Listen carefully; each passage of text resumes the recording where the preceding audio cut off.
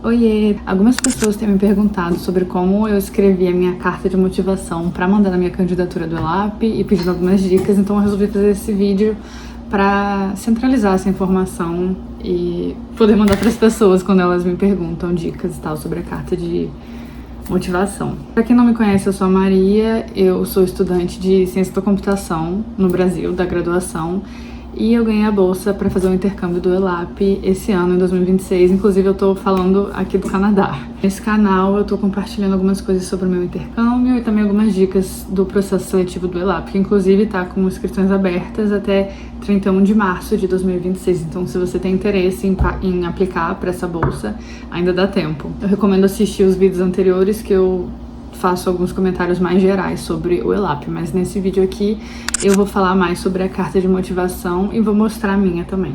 Então, como eu falei, tiveram algumas mudanças do ELAP esse ano em comparação com o edital do ano passado, que foi o que eu participei. Algumas das mudanças principais foram o valor da bolsa, que aumentou um pouquinho, e também o fato de que agora a seleção dos alunos antes era feita pelo comitê do ELAP mesmo. No edital de agora vai ser feita pelas faculdades, então todo mundo vai se inscrever pela faculdade e a faculdade vai decidir uma relação de alunos que vai receber a bolsa e esse vai ser o critério de seleção. Não vai ser mais pelo comitê da bolsa, como era antes, e sim pela universidade mesmo que você está aplicando. Aí no próximo parágrafo eu quis trazer uma experiência de algo que eu já fiz no Brasil que esteja de alguma forma relacionado com o que eu quero fazer no Canadá. E eu também mencionei a professora que tá escrevendo minha carta de recomendação para mostrar que eu tenho uma relação com ela. E falei de um projeto que a gente fez juntas, que foi a criação da primeira Liga Feminina de TI do meu estado. Eu participei junto com outras mulheres da área de tecnologia na minha faculdade. A Liga foi um projeto que a gente fez para unir as mulheres da TI na minha faculdade, manter o engajamento delas no curso e fazer projetos juntas. Então achei interessante falar isso porque teve total envolvimento com a minha professora que escreveu a minha carta de recomendação. E ali nesse contexto da Liga, a gente também escreveu um artigo, que eu participei também, foi eu e mais algumas outras pessoas. A gente escreveu um artigo sobre motivos de atração de mulheres para a área da ciência da computação, né? Para a área da computação. E, a gente quis pesquisar o que fazia, o que motivava essas mulheres a entrarem em um curso da TI. Então, a gente fez um estudo sobre isso. E eu mencionei isso nesse parágrafo para mostrar que eu tinha alguma experiência com pesquisa. E eu acho isso muito legal de você fazer. A minha experiência com pesquisa antes do ELAP é mínima. Assim, eu nunca fiz iniciação científica. Esse artigo foi a única coisa, de fato, assim, que eu me envolvi com pesquisa. Eu falo isso para vocês não acharem que você tem que ser super experiente, ter publicado várias coisas para participar do ELAP. Não, eu mostrei essa experiência, mas eu também conheço pessoas que não têm nenhuma experiência com pesquisa e essa vai ser a primeira. Só tenta mostrar através de projetos. Não precisa ser necessariamente algo muito grande, pode ser algum trabalho. Você tem que saber contar uma história que faça eles entenderem que faz sentido você estar no programa, mesmo você não tendo essa experiência extensa com pesquisa. Você tem que tentar conectar de alguma forma com a sua trajetória acadêmica com o que você vai fazer no Canadá. Aí você vai ver a melhor forma de fazer isso dependendo da sua própria experiência. Acho muito importante você colocar algum exemplo, alguma coisa real que você já fez, porque senão a carta vai ficar muito genérica. Não deixe a sua carta de intenção parecer que qualquer pessoa poderia ter escrito isso. Tem que parecer que só você poderia ter escrito isso, porque foi algo que você já fez, algo real que você já trabalhou. Isso que torna a sua carta única, então é isso que vai te diferenciar dos outros aplicantes. No próximo parágrafo, eu já menciono o que eu tô indo fazer no Canadá. No meu caso, eu não propus um projeto de pesquisa, eu tô indo participar em um projeto de pesquisa que já estava em andamento pela minha orientadora do Canadá. Então você tem essas duas opções. Quando você estiver mandando e-mail para os professores, você pode sugerir o seu próprio projeto ou falar que você tem interesse em projeto tal que o professor já tem em andamento. Isso geralmente está no site deles, que eu detalho exatamente a pesquisa que eu vou trabalhar, a área que eu vou trabalhar e com a professora. No próximo parágrafo, eu também tento fazer uma conexão dessa pesquisa que eu vou trabalhar com essa professora com outro projeto que eu também já participei, que foi o Futuras Cientistas.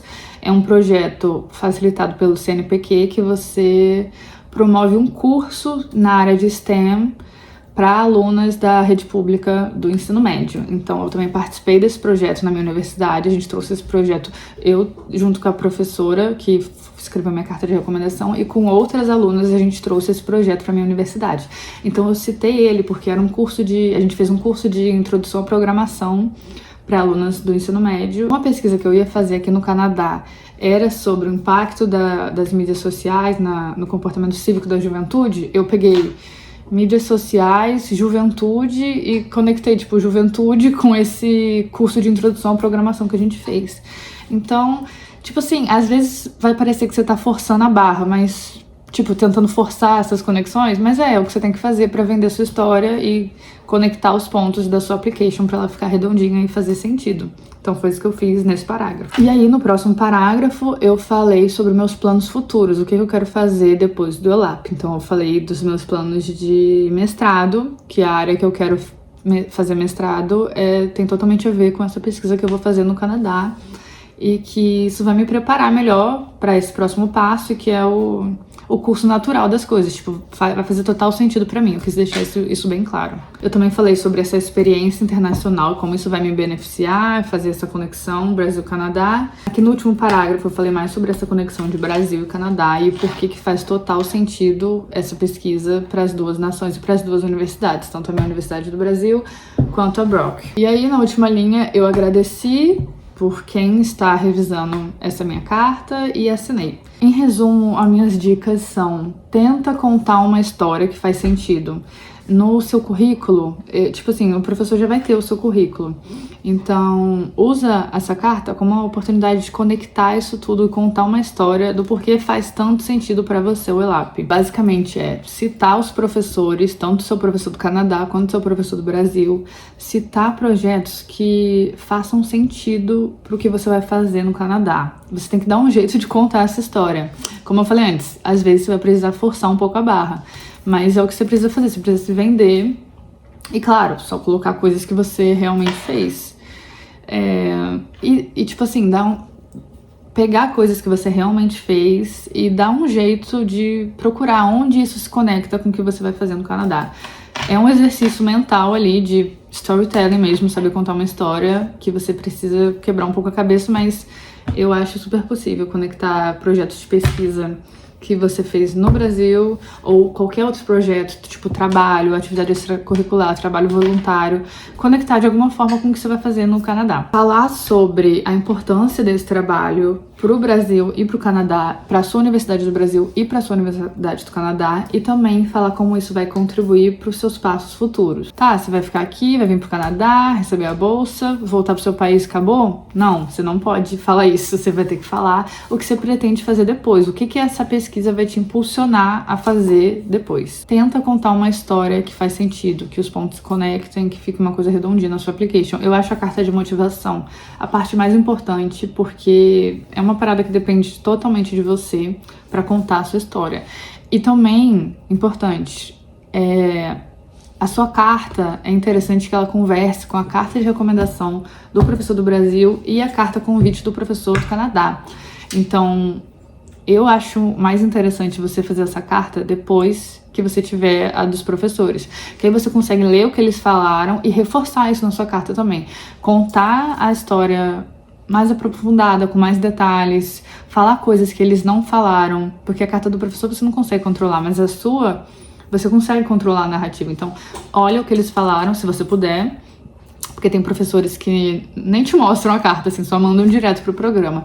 Mas se você tiver acesso, vê o que eles falaram e tenta usar isso ao seu favor, tipo, usar essa narrativa ao seu favor pra você contar a sua história e cobrir coisas que eles não cobriram. Aqui na descrição tem o link da minha carta pra vocês olharem com mais calma. Eu criei uma conta no Instagram também, ela é privada, mas eu aceito todo mundo e lá eu posto um pouco mais de tempo real do que eu tô vivendo aqui no Canadá.